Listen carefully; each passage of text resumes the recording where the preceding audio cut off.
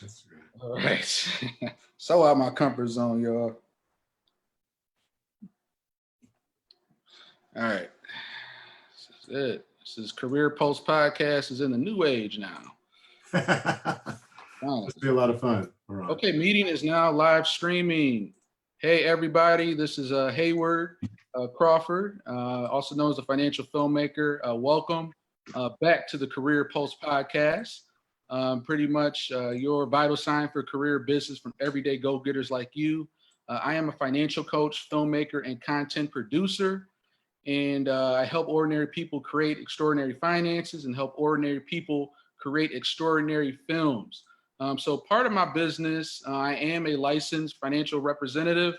I'm currently registered in both the states of Michigan and California, but I'm based out here in Los Angeles.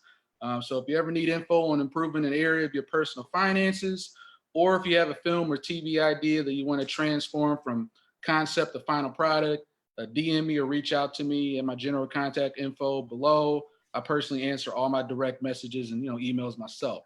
So let's get into it. I'd like to welcome our first guest in a series of what we call the Career Post Podcast quarantine episodes. This podcast, those guys have been following for a while, started it back in 2016. So pretty much we're midway through season 3. We took a brief hiatus in 2019. But obviously, with everything going on, I felt like it couldn't be a better time to come back. And, especially in this time right now, there's a lot of uncertainty, very unprecedented times we're in. So I'm looking at a lot of people I've had the opportunity to learn from over the past few years who can really offer insight and really come at their perspective of what they're doing to keep their fingers on the pulse. Quick plug there, Career Pulse, get the connection, So basically keeping their pulse on their industry and what they're doing to stay active in their community and to serve an audience. So I would like to welcome the one and only Ernie and Ronna Cason of the Married into Crazy podcast. And to give you guys a little bit of insight on Ernie and Ronna, basically they met, I believe, on a blind date. And Ernie's heart was pierced at that moment, the Cupid's arrow sort of thing. But there was an incident that really changed their lives forever. And they've gone on to build a business with helping people, relationships through their marriage, their example with their marriage and their coaching. And I don't want to steal too much of their fire, but I want to go ahead and welcome them in. Please welcome Ernie and Ronna Cason. How's it going? Going well, thank you. Thank you for having us. All right. Welcome. So good to have you here. This is once again our first time. I'm Instagram live and I'm Facebook living. I've done it from time to time, but officially doing it on here. So first thing I want to go over with you guys, what do you typically tell people when they ask you what you do? What do you say? I say I work for the state. I typically let everybody know that we're a media company, but we focus on coaching. So we have both the podcast as well as our coaching business, Married into Crazy. And I let them know that the bottom line, we're in the business of helping other couples. That's the main thing. Okay. Yeah. Main thing's how we do it. So tell us about some of your humble beginnings kind of coming up. I know you guys are both from Sacramento. Is that correct? Sacramento area? Right, true. To a certain extent, I grew up in South Sacramento. It's an area called Meadowview. It's funny, we just went, there's a bunch of us that were claiming our old neighborhood zip code wise, explaining that on Facebook. But both of us came up in South Sacramento. Okay. I lived in South Sac until I was like 11. Then we moved to the East Bay, and I really kind of grew up out there. So moved back to Sacramento. I think I was 20 when I came back. Oh no, 21. So been back ever since then. So she's not real. She's not real South Sac. Whatever. Awesome. So what were maybe some of your biggest setbacks or failures, and maybe how did faith come into that, especially in dark times? I know we're in different times, dark times now, but just tell us about maybe some of the other beginnings as far as like maybe setbacks or failures early on. How did that lead to where you guys are at with Married into Crazy? You're building a movement. You guys are starting a movement, and it's growing. Thank you for that. Thanks. You talking about, so setback in a relationship, like when we first came together, or just personal, professional, whatever you guys feel, Cool I feel to like nothing compares to the setback we had right after we got engaged. hear the story. If you want to, whatever you want to share, because your story is amazing, Ernie. I think I think a lot of people out there that hear it, they're gonna definitely, it's gonna strike a hard one. So, I mean, however you guys want to break it down. Okay, well, it's our story because Yeah. it's it's one of those things where she's forgotten a lot because people forget about the collateral damage. But in a nutshell, we got engaged, and Snooks had because we go by Snooks and Levy. That's what we've always called each other. And so Snooks had an estranged ex-boyfriend that there's always that person that's a hanger on, doesn't want to let go regardless of the situation.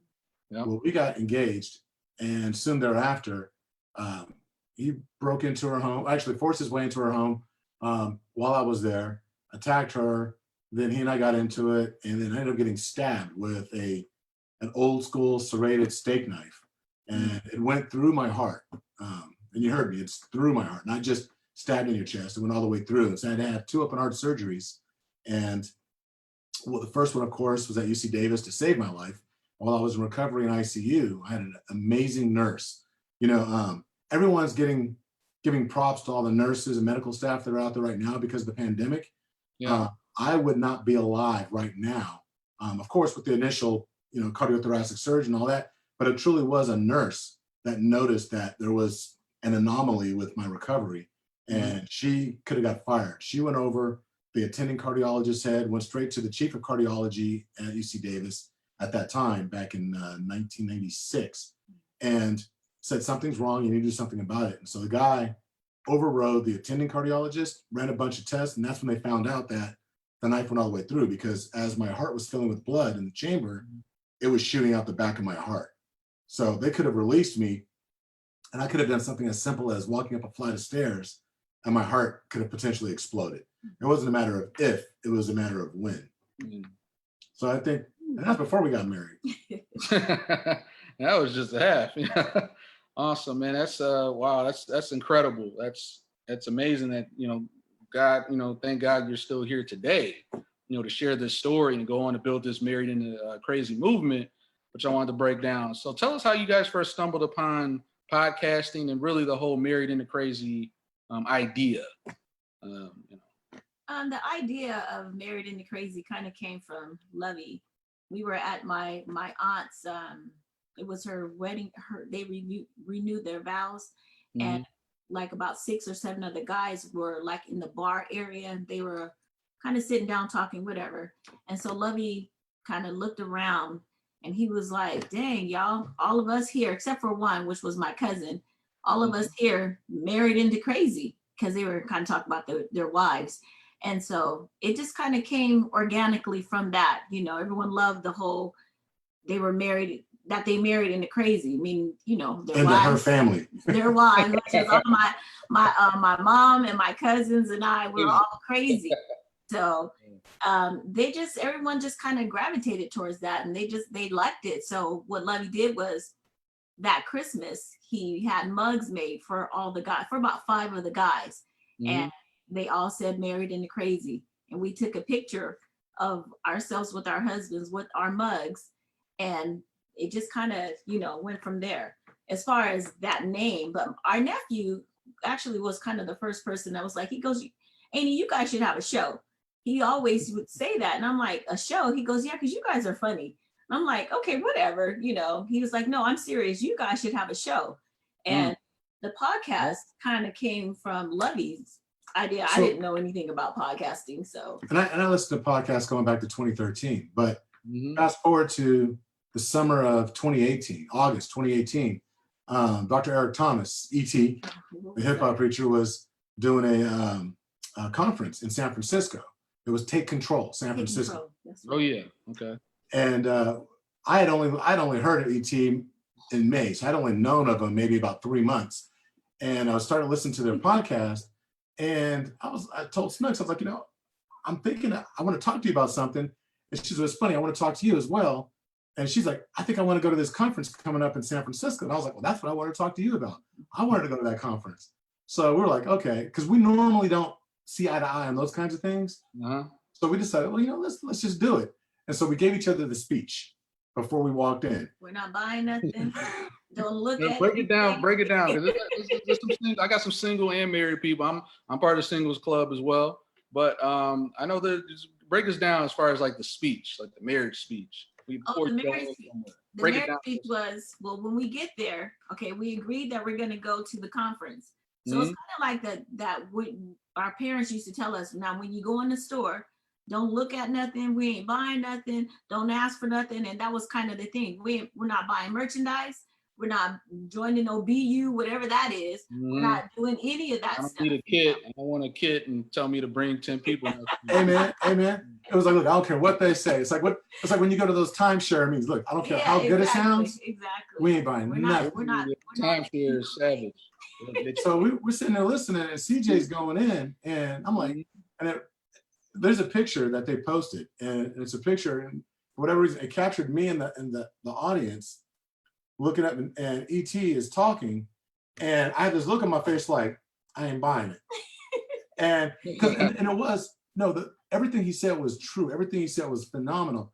The look on my face was because I kept waiting for the other shoe to drop. I kept waiting for the sales pitch. Right. But it never came. They never sold anything. They never said, oh, and in order to do this, you got to buy my video series or my book or whatever. And it was just about feeding us. There were so many different people in that crowd. And you had authors, you had designers, you had business owners, you had bankers, you had professional athletes, you had all these different individuals. And all they were talking to was, find your niche, find your gift and run with it. And we're here to help you and build a community. And that was it. And when we walked away from them, we got in the car. Yeah, we got in the car. They were doing construction in San Francisco. And I think we drove around in circles like twice. And it was we were just on like this incredible high. It was phenomenal. And Lovey was like, he goes, you know what? We're going to do this podcast and we're going to blah, blah, blah. I was like, oh, okay. I promise you, I think the next day we came home and he is like, okay, we're doing the podcast. Like, I have no idea what that is. I don't know how to do any of that, but it was just, we got the fever and we just kind of been rolling with it ever since. And I had no idea what I was doing. I was on YouTube. I was on Amazon buying books. Within 48 hours of that conference concluding, we had a website. I think we did our first. And we did our first podcast. So that was August 26th or 28th, those dates. I think it was August 28th. September 5th was our very first podcast. Was that 2018? 2018. Yeah. Awesome. Oh, Take Control was August 26th. Okay, so so within a matter of days, we had no idea what I was doing. If you go back and listen to the very first podcast called Bamboozle, that's how it starts. It sounds bad, but it was a matter of getting started, right? It was about taking control.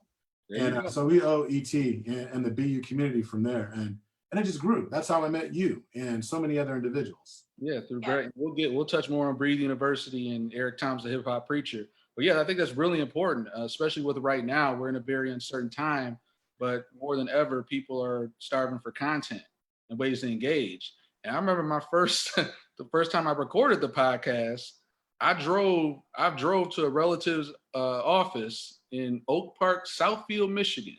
And basically I rented out this whole conference room for $50. And I get there and the guest isn't there. And I get on the phone. I'm like, oh, I thought this was a phone interview. So he's not even there. So I can't record him on my phone because he's not in the room. So we end up like Facebook timing, but he wasn't available for video. So it was like this awkward FaceTime audio. And I somehow recorded it to my laptop. It was the most jank sort of like typical hood podcast to start. But but it led to 3 years later and I'm getting back on the bandwagon now. So it's all about starting and not worrying about it being perfect and just really learning the course correct as you go, like you said. So why don't you tell us some other people out there that may not be that familiar with, more about Breathe University, particularly that community that we're both a part of, Okay. I would say it's an international accountability group. Because there have been people we have these accountability calls Monday through Friday, 6 a.m. on the East Coast, 6 a.m. on the Pacific Coast. And people chime in from London, from the UK, from India, from Mexico. There have been people in a variety of different countries and all throughout the United States. And it's a community of like-minded individuals that believe that they are destined and they want to do more. And we're just helping each other. We're building each other up. It's that one place that I know I can go to, regardless of how bad everything is going. The job could beat you down, come home, and there might be family issues, there might be stuff going on, whatever. But I know that at 6 a.m., I can get on the horn with my BU family, and it's all love. And it's an accountability thing. It's a little bit of tough love at times as well. There's that. There's a variety of different things too. There's different modules. There's different ways that you can learn, get educated. ET's provided a variety of like learning modules throughout BU, depending upon, well, there's different levels, meaning like depending upon your income, you might want to have access to more and more of these different types of resources, if you will. And depending upon, and that way there's something for everyone. And by doing that, it lets people know you're not alone. That what I'm going through in California, somebody in Chicago may be having the same issue, or at least it resonates with them. Same with somebody that might be in Sarasota, Florida. Same that somebody over in Leeds, UK is experiencing the same thing. And we come together and we talk. And as a result, I've personally become a coach, an extreme execution coach with ET. And I've had clients, people that I've spoken with and consulted that have been over in the UK and a variety of, and it just shows that there's a lot of us out there in the world that we're more alike than we are different. And we hold each other to the fire like, hey, you say you want to accomplish something? I'm here for you. You can call me. We can talk. We can text. And I'll help you get there as best as I can. And there's nothing, it's not like and pay me XYZ. No, it's all free. We help each other out and get on the horn, and it's all love. Yeah, that was definitely, I can't say nothing but great things with Breathe University. I've been a member over 2.5 years now. The accountability is real, y'all. So if you're out there and you really want a business or whatever it is, whatever field you're in, or just you want to become better personally, professionally, health-wise, and you get on one of these calls, we have what's called the West Coast Accountability Call. I want to give also a quick shout out to Val Humphrey and Rochelle T. Parks. I'm originally, as you guys know, from Michigan. So I did start out on the East Coast calls. And I would just say, even coming to the West Coast, it's the same tenacity, the same fire, same group of people that are just ambitious, trying to get something done, be a better family man, start a business, just get better in health. And if you go in there and you say, oh, I'd like to start a book, like, don't just, throw out an idea casually or a goal and think we're not going to mention it tomorrow or the next time. So it's real accountability. It's people helping people. And that's what I love most about it. But also, of course, it, builds community. So next, what does a day in the life kind of look for Ernie and Ronna Cason? When you guys wake up, what's a day in the life like? Is it different each time? Is it a little bit of everything, or It's kind of crazy, especially now. But Yeah. The typical day starts with her. I get up at 4. Well, the alarm clock goes off at 4. Okay. I probably roll out of bed about 4:11, to be honest. And, I guess there's a distinct difference between when the alarm goes out and when I actually get up. That's a fair difference. I get started. I have to be at work at 6, and I'm about 45 minutes away.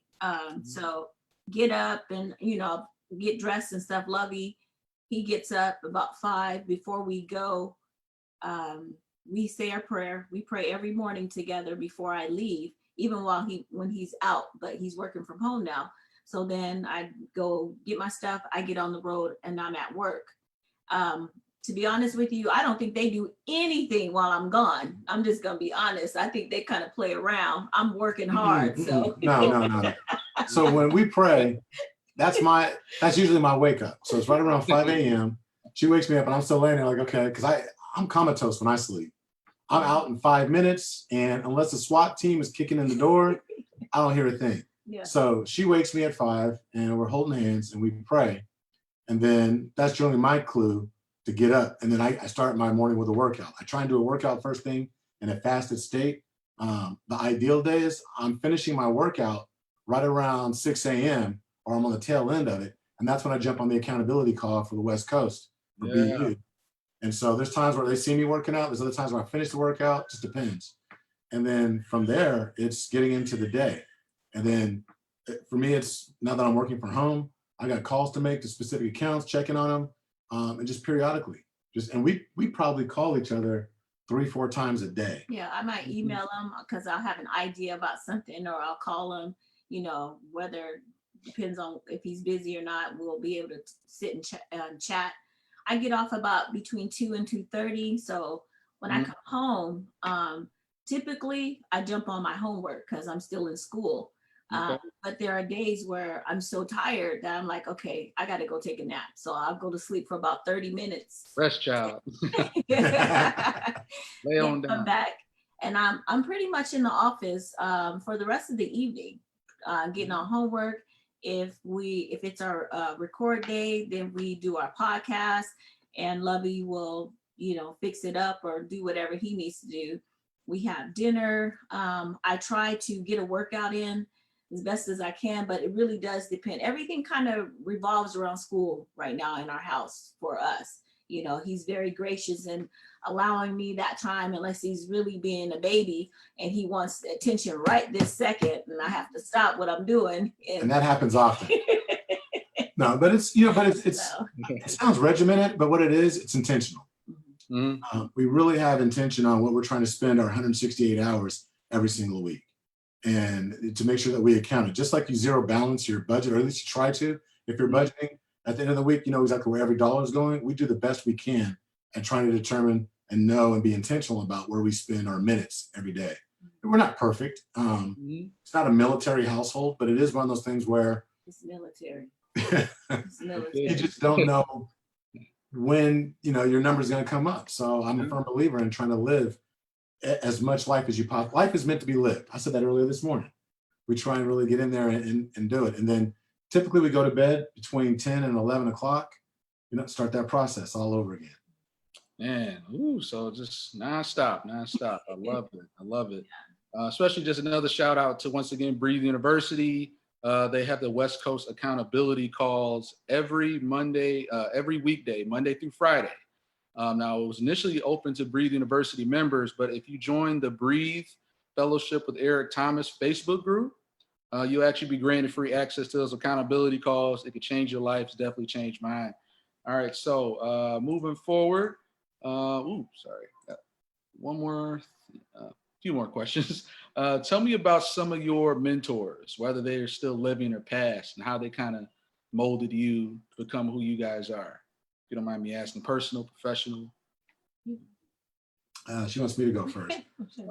I've had a variety of mentors. Growing up, it's funny. I have a variety of teachers. I think the first mentor, of course, are your parents. But my parents were divorced since I was 2. And my dad we're very close. My mom passed away a few years ago.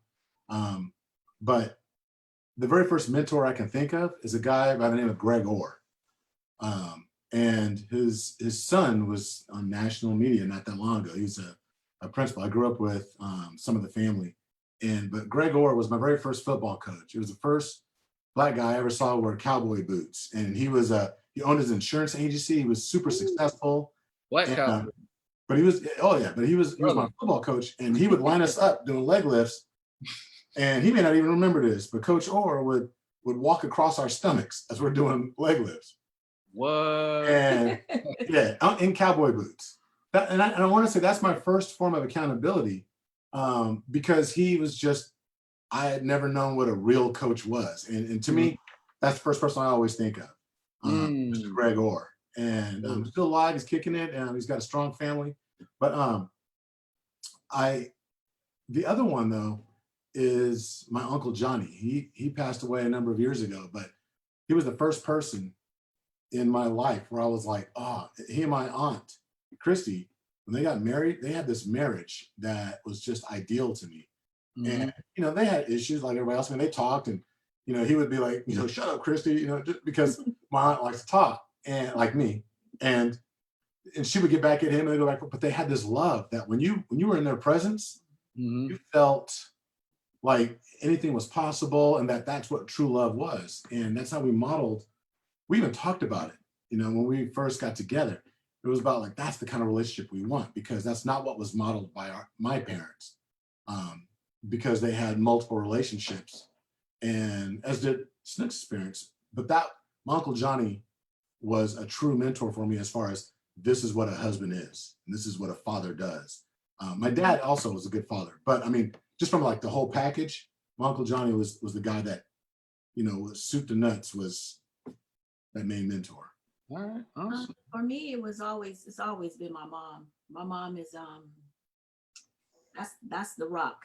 When we call her, my brother and I, when we were growing up, we called her the warden because she ran our household. We were like, oh, whenever we come to Sacramento, when we were living in the Bay Area, we would ride the train. And as soon as we pull into Martinez, my mom would be standing there, and my brother goes, oh, well, back to jail, because everything was like, one of those. Okay. yeah, That's where very we're regimented. too. Yeah. But my mom still is.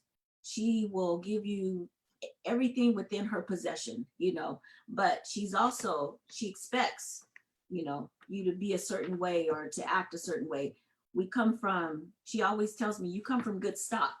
So of course I have an expectation of your behavior, she's been through many trials, and I've always seen her just overcome. And she showed me what grace is, how to be a beautiful person, how to be caring, how to be kind to people, So it's always been, my mom. And as far as like spiritually, I'm gonna say my uncle. He's our pastor, but he was like my first. I feel like he was my first mentor as far as being in the church or being. He was very young when he accepted Christ, and I always turn to him and I'm like, okay, old girl, blah, blah, blah, whatever. When I lived out of town, I would talk to him often, and he would just he showed me to like put my best foot forward, and it doesn't matter what they say, or it doesn't, and I'm like, yes, it does. He would always be like, no, always bringing it back to the Bible, always bringing it back to Jesus. And that calmed me, a lot, gave me the spirit that I felt like I needed. So those are the two people that I really look up to. Awesome. That's amazing. And mentors are everything. I think we can never, and you guys kind of reminded me, I had a little flashback to, I think it was a speaker named Sean Blanchard. He's an educator back in Michigan. And he basically talked about we all have subconscious and conscious mentors. Mm-hmm. So we're all being mentored in some way, shape, or form, whether we know it or not. Maybe it's the older gentleman in the neighborhood. It could be the television. It could be Instagram, TikTok. What are you watching? Right. I feel like we're all just pretty much a shape of that. And I could definitely tell you guys really came up with people that really instilled a lot of wisdom. So quick lightning round. We're going to get to the lightning round. Favorite book? Or books. Maybe give us one, or if you got three. Okay, so I'm going to say it's Walter Mosley's my favorite author, but my favorite books is a series. It's the Leonard McGill series. So the Leonard McGill series by Walter Mosley. Okay. I can't say a favorite book. I have favorite authors. I love to read, so I don't know. Anne Christopher, Beverly. Light it around, Ronna. Jones. Hurry up. I'm just actually would have cut her off. Time's up. Just kidding. So what was that one? What was that last one? Beverly Jenkins, Christine That's it, Jones. Beverly Jenkins. No, I said 3. Four max. 4. All right, great. Okay. Top 1 or 2 maybe inspirational films, or a film you saw recently that was just like, oof, it got me. Or maybe a classic out there, Oh, I just say I love all the Rockies, but the one that gets me is Creed and Creed 2. Okay. Yeah, because I'm a movie guy and film. I'm in finance, but I'm also in film, so I got to ask the movie one. So we got Rocky. What else we got, Ronna? Specifically Creed. Creed. Okay. What Creed? Okay. Cool. First Creed. All right. Gladiator. Woo! That's a bad. That's a good one. Love that movie. iPhone or Android? Oh, iPhone. iPhone all day. Team iPhone. Okay. I feel you. All right. Now, what's one thing you're always looking, and this goes into just general, more personal development, I guess sort of question, but what's one thing you're always looking to improve upon or feel you could do better? Listening. Listening? Really? Me. Oh, I know. Me Yay. too. Oh, well, good job. All right. As well. For me, probably money. Being better with money. Mm. Okay. There we go. I'm gonna leave it at that. That's a Mary thing. How important do you feel is the area of management, of time management? And do you find that's important at an early age to learn? Or just how do you feel about time management in general? How important is it? Well, I think time management is everything. Mhm. Because how you do anything is how you do everything. And if you're not managing your time well, you won't be able to get anything done. You'll procrastinate, and then you start trying to go too fast, you'll start missing things. So time management is key to all areas, I think. Yeah, absolutely. And it's one of those things where if you think about it, there's only so many days that you have. I mean, nobody knows. So the one thing you can't get back is a minute. But the time that we spent right now, we can never get back. Mhm. Now, if it's money, you can always make another dollar. There's always a way to find another dollar, but not time. Remember that. So you have to be, if we're so concerned about making that dollar, I got to make that money. Why? Because, it's so precious. Well, time is more precious than money, and you can never make that back. So you have to be just as judicious about where you spend your time, because you can't make that back. You're a financial filmmaker. So you talk on the subject of finances, you talk about compounding interest, a variety of things. There is no compounding interest on time. When you spend that minute, that's it. Now, the only way you can compound it is if you get other people to work with you, and you're developing a business, and you're multiplying it by building a team or whatever, depending upon the business structure. But realistically, that minute never comes back. That second never comes back. So it's extremely important that people understand that. I hate the phrase, "Oh, I'm just killing time." No, you're not. Or better yet, when you see people on Facebook, "Oh, I'm bored. I don't know what to do. It's quarantine." I just be like, "Oh my God, you're missing the point here of this test we're going through. Right. How you can, this is a time management test. How can you come out of this better on the other side?" I just think people don't value their time. They see money, but they don't see the value in time. Not until they're older. No, it doesn't happen. When you start getting 60, it's like, where did all the time go? Yeah. Oh, remember that time you spent 3 hours scrolling? Ooh, it's a scroll of death. I'm just gonna post this one pic. You scrolling, and it's a wrap. Yep. Man, so now tell us about where your podcast. You guys have been going about almost 2 years, about a year and a half now, and you're at what, 50 episodes? 85. So 85. today, Man. this upcoming Wednesday. So our podcast airs every Wednesday on all the major venues. So Apple Podcasts, Google Mhm. Music, it's everywhere. Spotify, iHeartRadio, Podbean, everywhere. And this episode is going to be number 86. Okay. So it's Getting up there, that 100 coming soon. once a week. And we're actually taping the COVID couple series. So we have 5 to 6 couples I love that it. will be talking about their experiences, where they came from. And like later on today, we'll be interviewing some couples. There's a social media entertainment company or a couple. There's a college sweetheart couple. There's a high school sweetheart couple. There's a online dating couple. All these different groups that we're going to be talking to get their background, but then also asking how has the pandemic affected your relationship in your household and how you're dealing with things now. So that's the next series that we're in the middle of. I love it, and I'm glad, I'm honored to have you guys on as a first. I think it's a very great kickoff as far as this quarantine episode series I'm doing, especially coming at somebody with you guys, with your experience, your perspective in the community, and then these COVID couples you're going to bring on. Mind if we give them a shout out? You said it was going to be Joy, right? Oh, actually, yeah. So that's going to be Joy and Brian Hurling, also better known on YouTube as Snappa. Yeah, Snappa. Quick shout out to Snappa Rillery Day. And she's going to be coming on with her husband. So looking forward to that, Married and Crazy. So what are you guys looking for as far as the podcast? What are your 2020 goals? Obviously, we're doing the quarantine COVID, sessions. What are your goals like as far as 2020 as a company with Married and Crazy? I think the biggest goal is that we're doing some workshops next weekend. We're doing a couples communication workshop for a local church. Some people can actually, go ahead and download it. It's absolutely free. We're just trying to bless this community.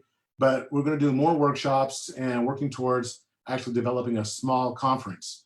And that's the main goal. But realistically, to really increase the interaction and how we're coaching individuals and really helping couples. Our biggest goal is to help 1 million couples. Yeah, that's really key for us. We want to bless other couples and help them to find the, I don't know, the phenomenal level of a relationship that we have. So I love it. And we have issues just like everybody else. So it's not like we're up on a pedestal. It's just that, you know, I think you learn from others. You talked about mentors earlier. You had mentioned, Hayward, that we learn from a lot of individuals. Mark Twain he's credited with this saying that every person I meet is my master in some way, and of that I learn.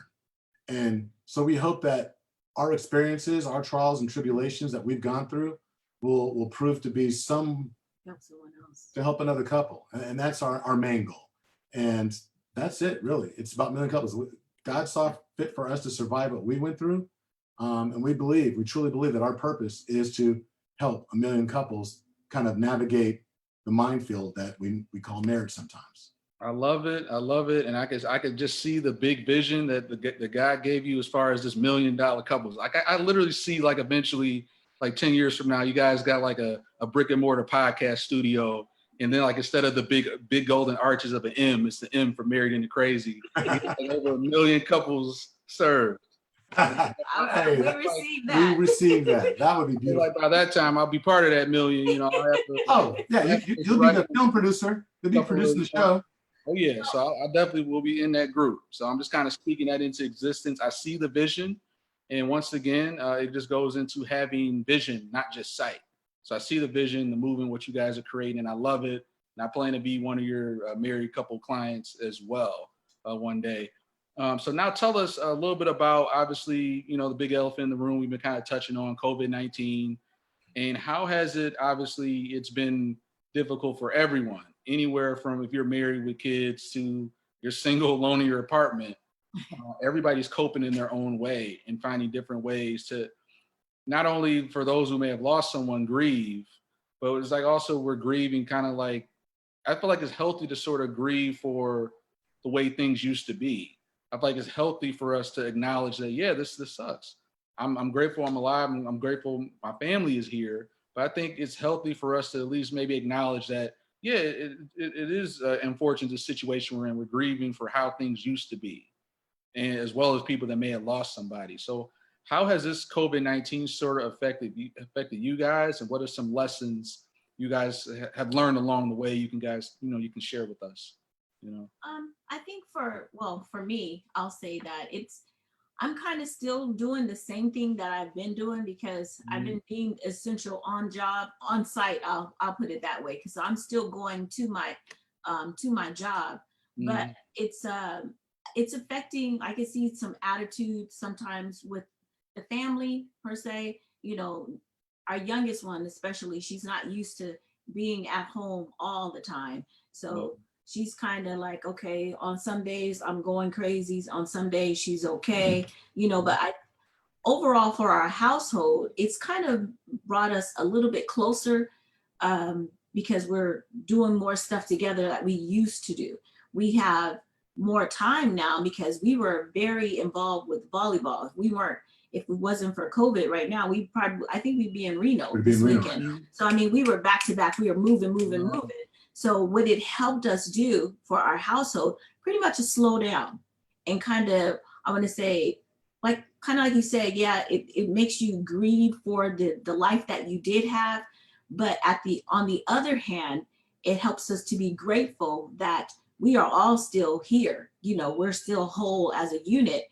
We haven't had anyone get sick in our home. Lovey's been very rigid with those rules. No, you can't go anywhere. No, you can't. No, you can't. No, you can't. And I'm like, wear a mask. You got to go to the store, get gloves. And so we're very conscious of, intentional with what the things it is that we're doing. Is it essential? So, or is it necessary? So we're being more intentional in those things. And we've had our family game nights. We have our movie nights, and so.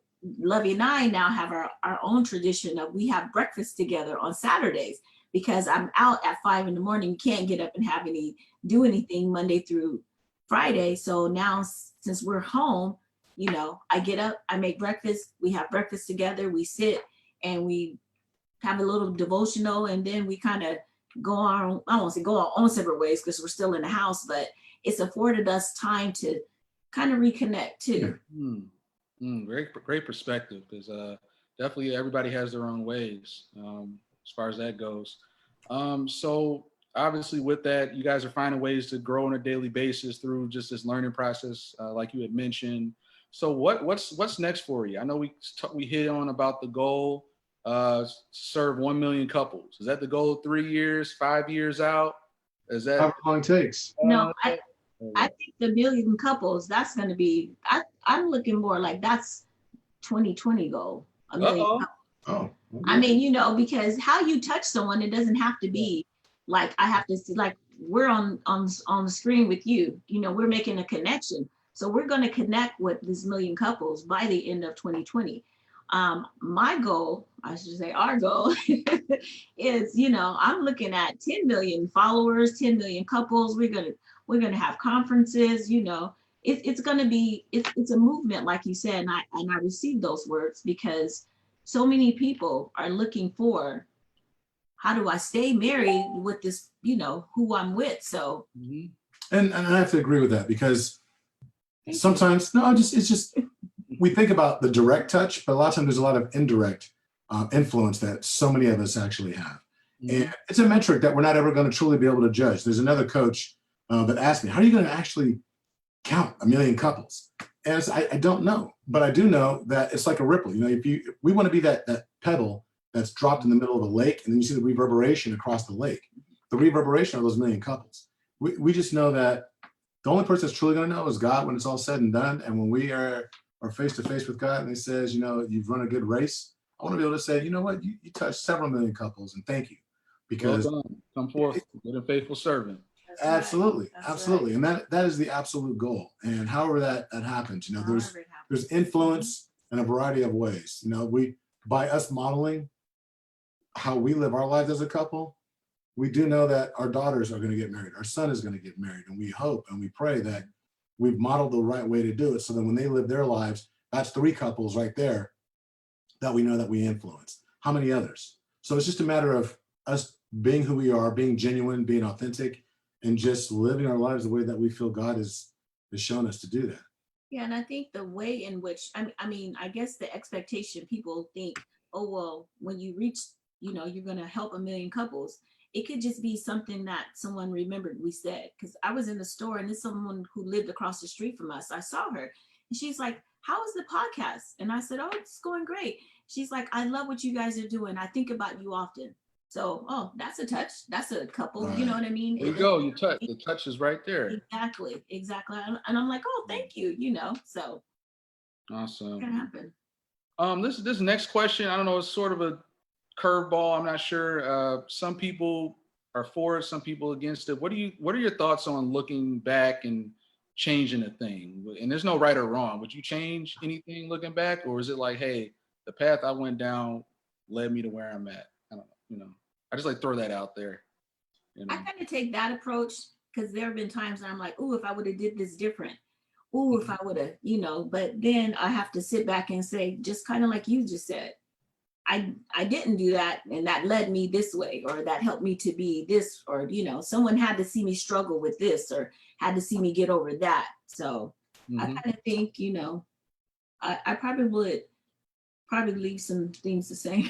I wouldn't change a thing, because I'm a firm believer that we are a culmination of all of our experiences.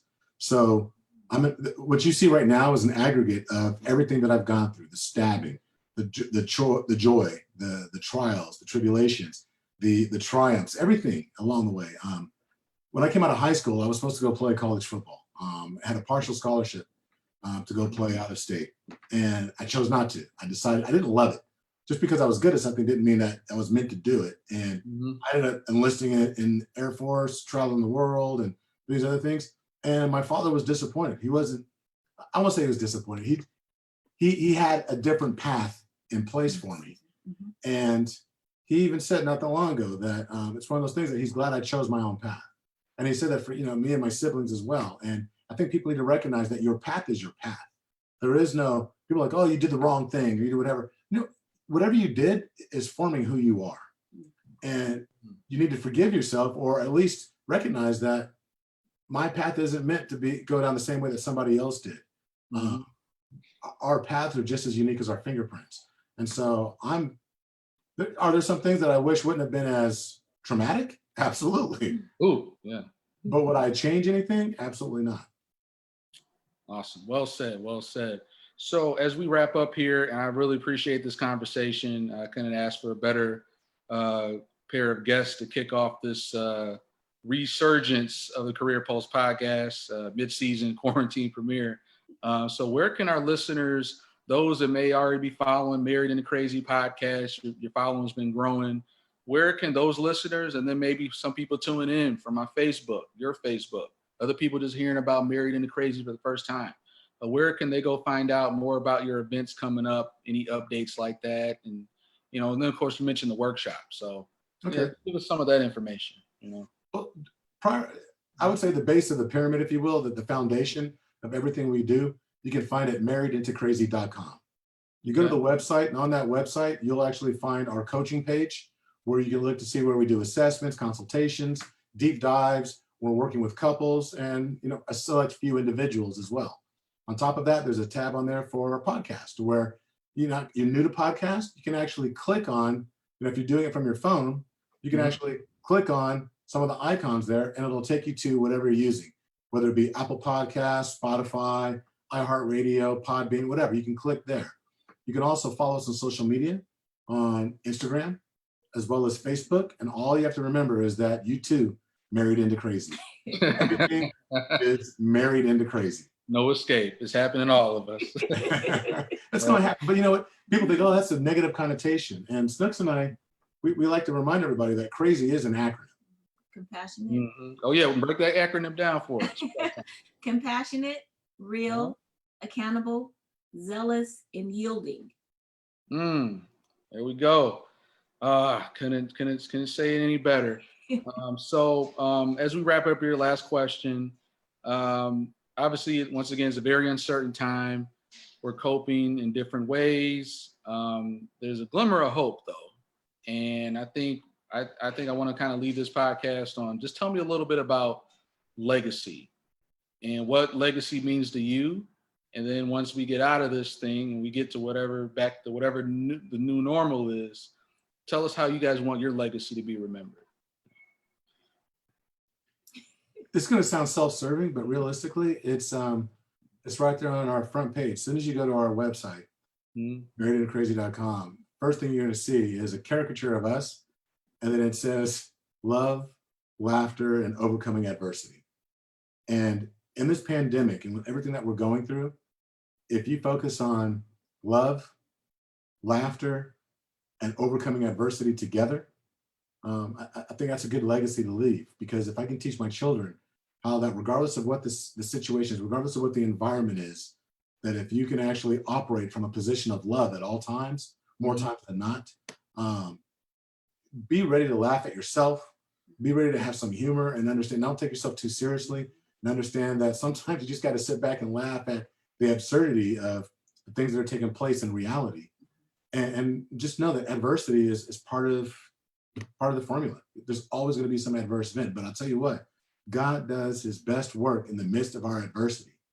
And if you're willing to love, laugh, and join God's team when adversity shows up, I think you're good. And I think if we can leave that legacy with our children and with the people that we meet, I think that's good, because that'll last much longer than us.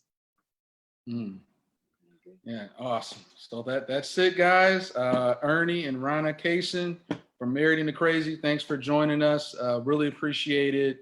Dropped a lot of nuggets. I'm getting a lot of people in Facebook Live and the engagement. So it's really cool to have you guys come on. Stay safe out there. Continue quarantining. Of course, I'll see you guys on Monday for the accountability calls. Shout out to Breathe You accountability calls. And yes, let's continue that legacy. Let's continue that mindset. And I will see you guys, Career Pulse podcast listeners, next time. We'll be on episode 5 of season 3. All right, you guys, take care. Thank you so much. All right. Have a good one. Okay, bye-bye.